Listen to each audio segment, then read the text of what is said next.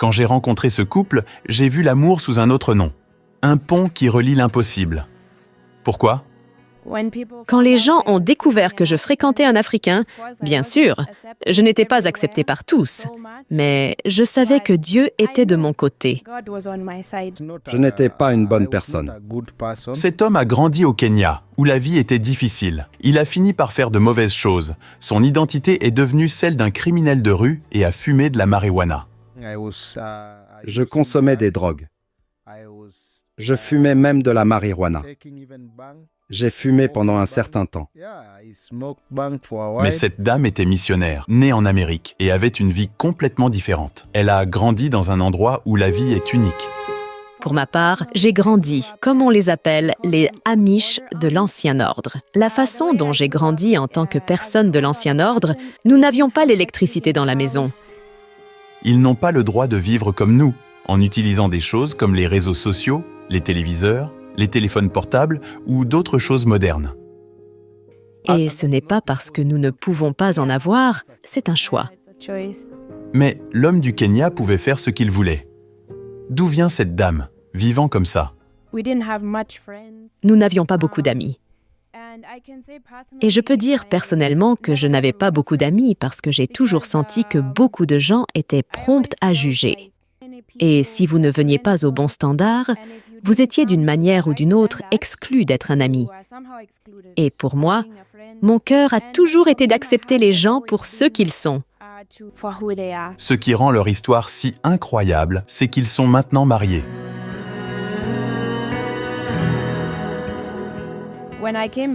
Quand je suis rentrée, je suis revenue juste pour le voir. C'était mon objectif. J'ai vendu ma Jeep que je conduisais. Ce qui m'attirait le plus chez elle, c'est qu'elle venait à la cuisine pour m'aider à couper peut-être des carottes, à couper du chou. Et je me suis dit, cette dame, elle peut être une bonne épouse. Vous pourriez vous demander comment ils se sont rencontrés et sont tombés amoureux alors qu'ils venaient de milieux différents. Comment ont-ils réussi à faire fonctionner leur relation ? Heureusement, j'ai eu la chance de les rencontrer et d'entendre leur histoire. C'était extrêmement incroyable.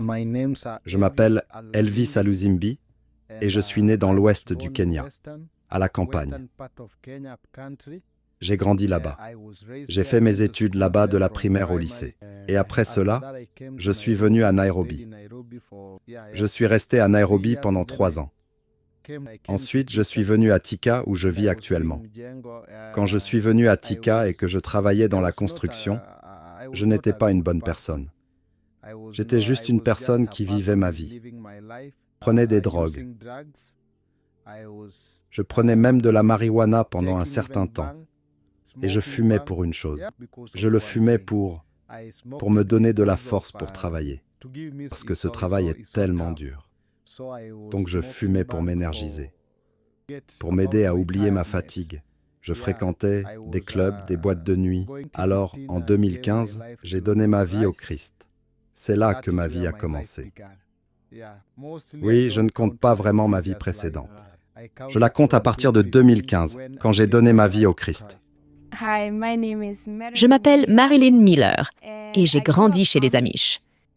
J'ai grandi aux États-Unis où il y a une grande communauté Amish dans l'Ohio. Et j'ai grandi en tant que l'aîné de 6 enfants. Grandir en tant qu'aîné m'a donné des responsabilités d'être un exemple pour mes frères et sœurs plus jeunes, une passion pour communiquer avec des gens plus jeunes que moi. Mon cœur pour mes frères et sœurs qui étaient plus jeunes que moi a toujours été grand et lourd. Je suis allée à une... Ce n'était pas une école publique, une école privée. Je suis allée en 8e année et c'est l'éducation que j'ai aujourd'hui. Je n'ai jamais fréquenté le lycée ou l'université, mais nous avons grandi à la campagne. Je savais comment avoir un jardin, nous cuisinions beaucoup, nous conservions les aliments. Je sais comment les faire, toutes ces choses, et nous les faisions parce que nous avions 4 saisons dans l'Ohio, qui étaient le printemps, l'été, l'automne et l'hiver. Donc au printemps, nous plantions notre jardin. En été, nous récoltions nos fruits et légumes.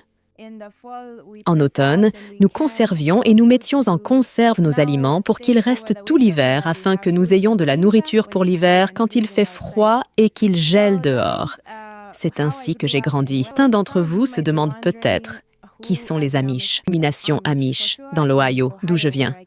Pour ma part, j'ai grandi, comme on les appelle, les Amish de l'Ancien Ordre. Plus tard, lorsque j'avais environ 12 ans, entre 9 et 12 ans, je ne me souviens pas exactement, mais nous sommes alors passés au Nouvel Ordre. La façon dont j'ai grandi en tant que personne de l'Ancien Ordre, nous n'avions pas l'électricité dans la maison. Nous n'avions pas de lave-linge ni de sèche-linge. Nous avions un anneau où nous devions démarrer un générateur pour laver notre linge. De cette façon, nos lumières étaient au kérosène. Et ce n'est pas parce qu'on ne pouvait acheter. C'est un choix. Nous avons aussi grandi sans avoir de voiture. J'ai grandi en carriole et en cheval et des vélos. Mais les voitures, quand je grandissais, je ne savais rien à leur sujet. Mis à part les fois où on prenait un Uber ou quelque chose comme ça, quand maintenant cela a changé pour le Nouvel Ordre. Mes parents essayaient de comprendre davantage en tant qu'enfants et de nous aider à avoir une meilleure vie. Parce que je pense qu'ils ont aussi réalisé que nous n'étions pas heureux où nous étions.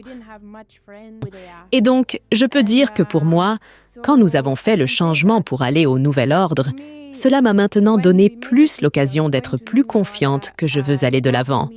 Dans le Nouvel Ordre maintenant, vous étiez maintenant autorisés à avoir l'électricité. Donc, nous avons pris l'électricité. C'est ainsi qu'ils vous ont permis d'avoir de l'électricité. Pas de télévision, mais nous avions l'électricité. Nous nous déplacions maintenant avec des tracteurs sur la route, mais nous avions toujours le cheval et la carriole. Nous avions des smartphones. Au début, nous n'étions pas autorisés à avoir des smartphones. Mais au fur et à mesure que le temps passait, nous avions des smartphones. Ensuite, ils n'acceptaient toujours pas l'Internet. J'ai donné ma vie à Christ. J'ai suivi le processus de disciple. Pour beaucoup, jusqu'à présent, je suis toujours en train de grandir en Christ. En 2015, après avoir donné ma vie à Christ, la vie était si difficile parce que je ne faisais plus la construction. J'ai arrêté. J'ai arrêté parce que je savais que si je continuais à faire ce travail, je retournerais à ma vie. Alors j'ai décidé d'arrêter et de croire en Dieu pour un meilleur emploi ou une meilleure opportunité. J'ai continué ma vie à lutter. La vie était si dure, je tirais même une brouette pour déplacer les bagages.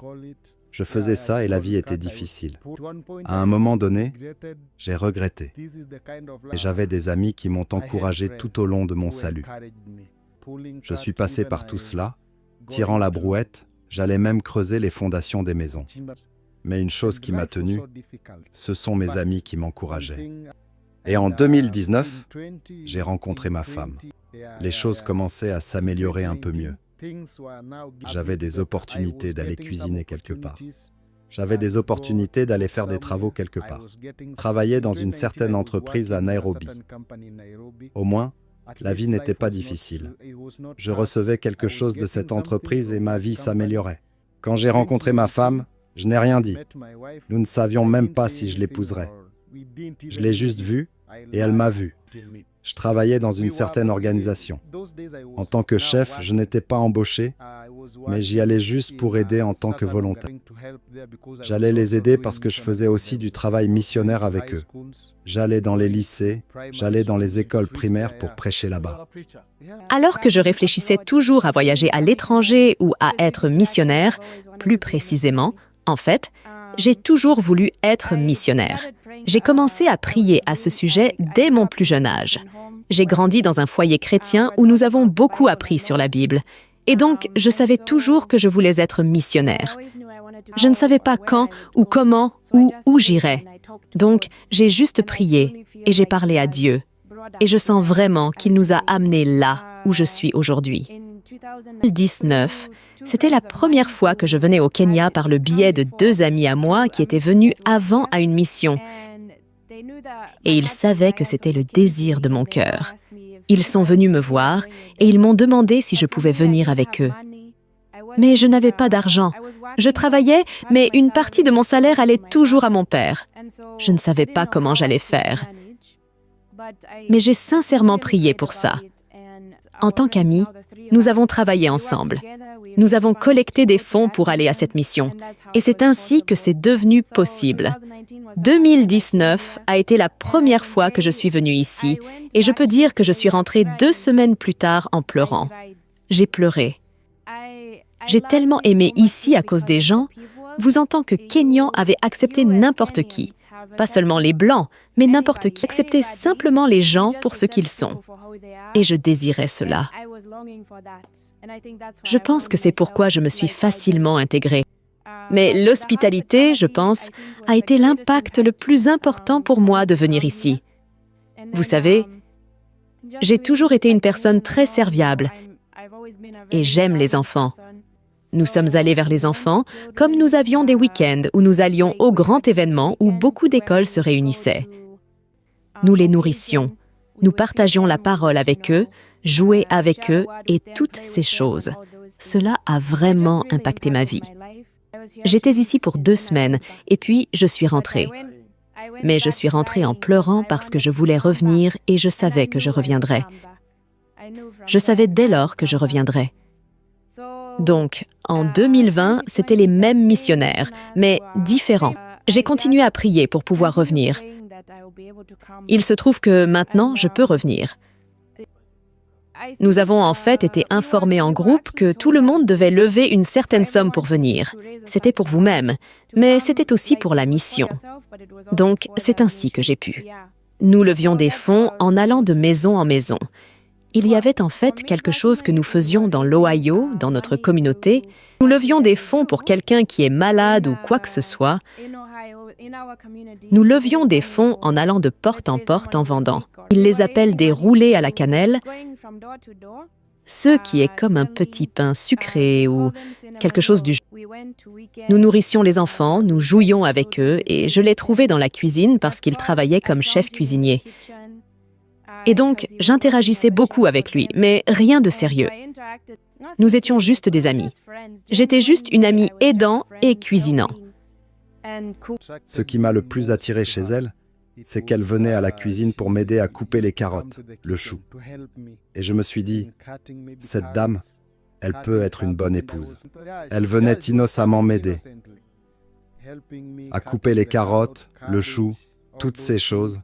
Et puis j'ai eu un intérêt pour elle. Dans la cuisine, nous étions amis.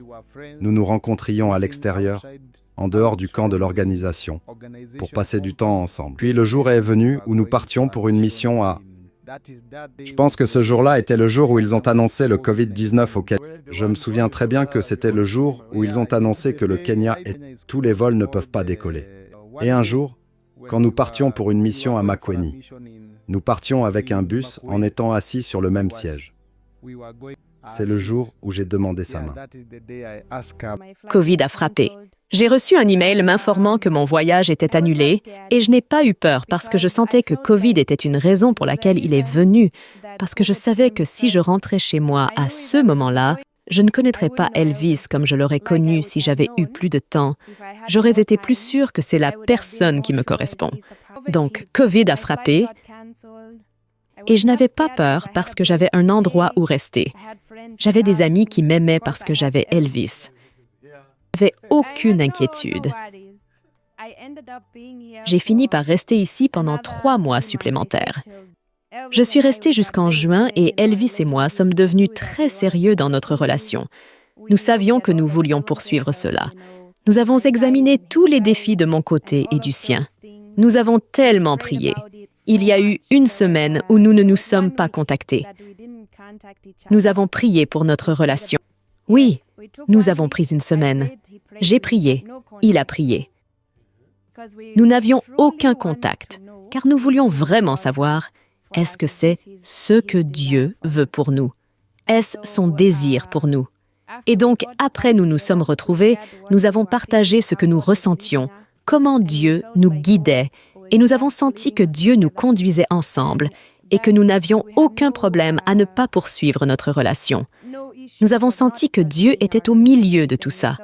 C'est ainsi que nous avons continué. En juin, je suis rentrée chez moi. Et quand je suis rentrée chez moi, c'était un défi maintenant.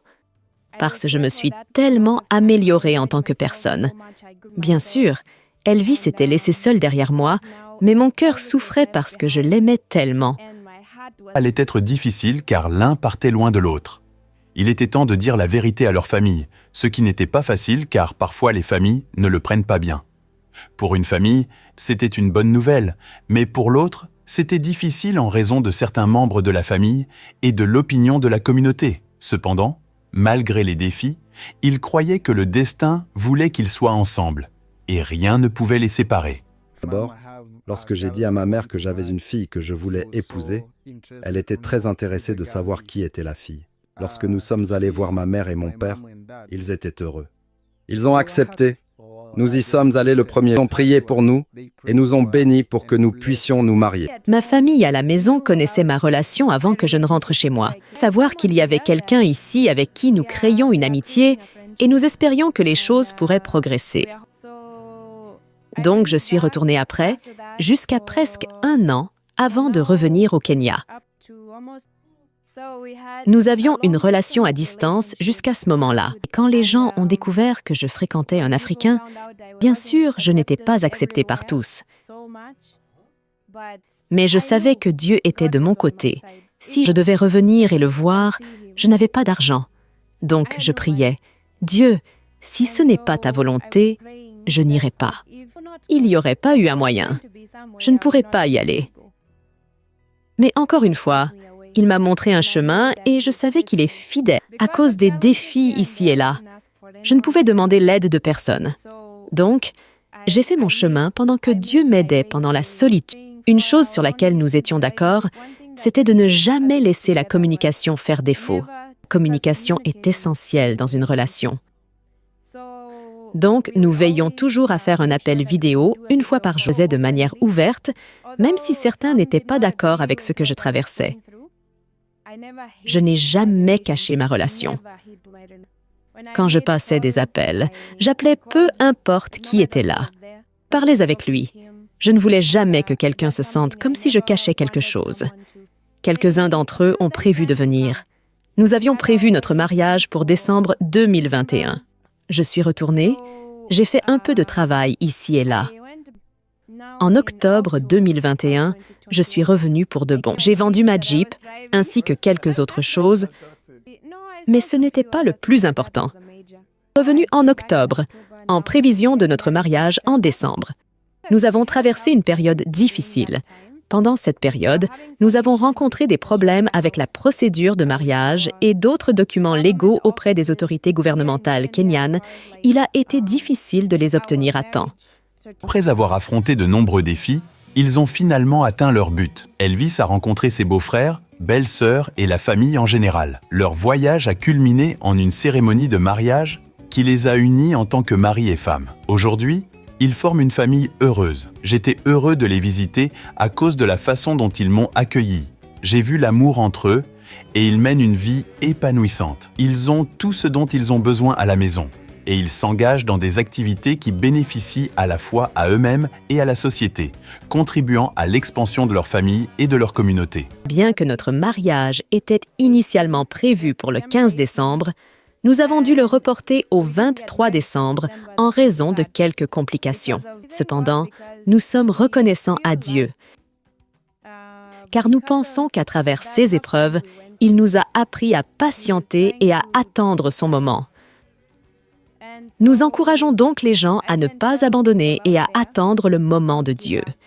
Aujourd'hui, nous sommes mariés depuis 2 ans et 2 mois et nous sommes reconnaissants pour tout ce que nous avons traversé ensemble. Une de mes visions pour ma famille est d'élever mes enfants de manière pieuse. M'assurer que la vie que j'ai traversée dans ma jeunesse, mes enfants ne la traversent pas de la même manière. Tu as dit 4 garçons. Et les filles? Que feras-tu avec votre fille quand vous en aurez une? Je ne sais pas. J'adore les garçons. J'adore tellement les garçons. Ce que vous voulez dire. Mais si Dieu me donne une fille, je l'apprécierai beaucoup. Mais mon désir, ce sont les garçons. Je vous vois souvent avec les enfants. Beaucoup d'enfants sur vos réseaux sociaux. Que faites-vous avec eux? C'est une organisation où nous allons dans les foyers pour enfants pour les nourrir. Avant d'aborder ma vision de l'autre côté, une autre chose est d'impacter la communauté en tant qu'Aluzimbi et Marilyn, en dehors de l'organisation. Nous voulons voir la communauté dans laquelle nous vivons changer. Une communauté changée en termes d'opportunités d'emploi autour pour les entreprises. C'est une vision pour moi que j'ai pour ma famille. Nous voulons voir un changement de vie dans la communauté. Ce qui me pousse dans cette direction, c'est ma vie. C'est pourquoi je m'occupe de l'élevage de poulets. Et aussi YouTube. Nous nous sommes assis avec ma femme et nous avons dit que quand notre chaîne YouTube se développe, quand notre entreprise se développe aussi, un certain pourcentage ira à la communauté pour créer des opportunités d'emploi. Bien sûr, je soutiens mon mari. Je veux le soutenir parce que je sais qu'il a de grands désirs et ses désirs sont aussi les miens. Il a mentionné qu'il voulait 4 garçons. Pour moi, j'aimerais être une mère de garçons. Si Dieu nous bénit avec 4 garçons, ce serait bien. Mais il y a ce petit quelque chose en moi qui veut au moins une fille. Mais quoi que Dieu nous apporte, nous serons heureux.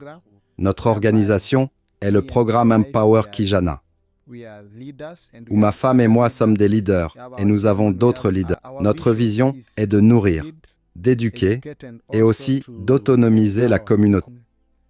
Empower Kijana est là depuis les 3 dernières années.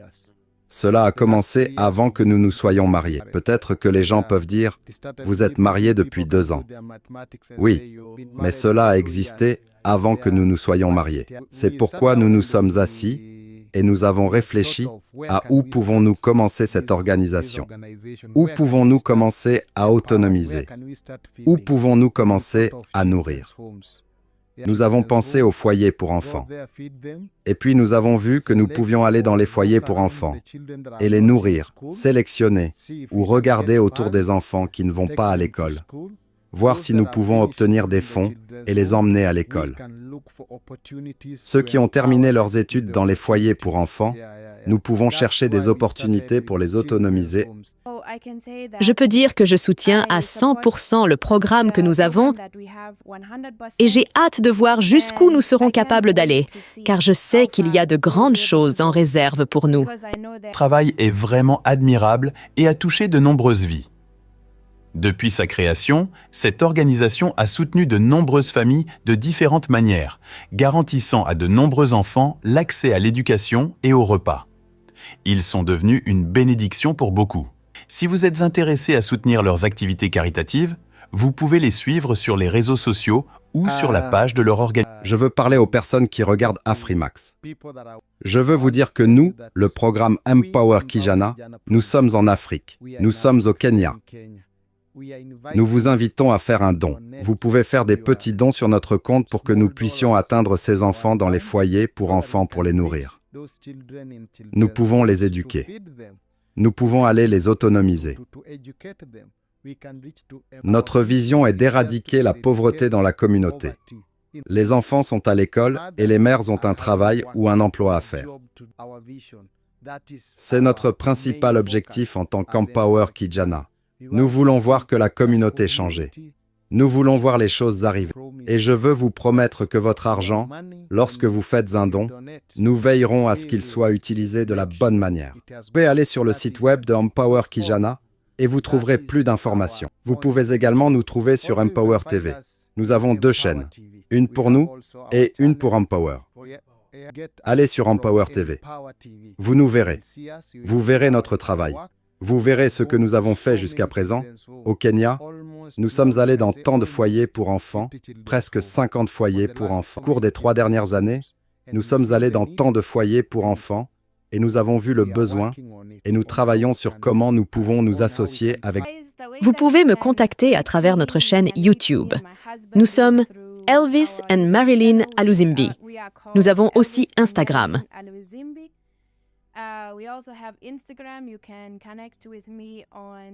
Vous pouvez me contacter sur Instagram et sur TikTok, qui est aussi sous le nom de Elvis. Il y a beaucoup de moyens de nous contacter. Alors assurez-vous d'aller sur notre... En conclusion, ils ont tous les deux un message important à transmettre. Je veux dire à maman et papa des États-Unis qu'Elvis vous aime beaucoup et j'ai hâte de vous rencontrer là-bas. Ou vous pouvez venir ici. Je veux maintenant dire à ma femme que je l'aime tellement. Tu as été mon système de soutien et je t'apprécie pour le temps que tu as passé avec moi pendant 2 ans. Tout ce que tu veux de moi, je te le donnerai. Et je serai toujours là pour toi. Prendre soin de toi et te protéger en tant que... À mon amour, je t'aime tellement. Je veux que tu saches que tout ce que ton cœur désire, mon cœur le désire aussi, si c'est selon le plan de Dieu. Et je veux juste que tu saches que je veux te soutenir dans tout ce que tu fais, pour être là en tant que ton soutien lorsque tu veux abandonner. Et je veux juste te voir aller loin. Je veux te voir être milliardaire. Je veux te voir prospérer, parce que si tu ne prospères pas, je souffre aussi. Alors, je veux te voir là-bas poursuivre tout ce que ton cœur désire, et te voir heureux, et te voir bien. Je t'aime tellement, et sache que je suis toujours là pour toi. C'est ce que fait l'amour. Leur histoire prouve que l'amour est une arme puissante qui surmonte les obstacles et réalise l'impossible. Le meilleur, nous avons tous cette arme. Alors, utilisons-la. Partagez la vidéo et n'oubliez pas de vous abonner.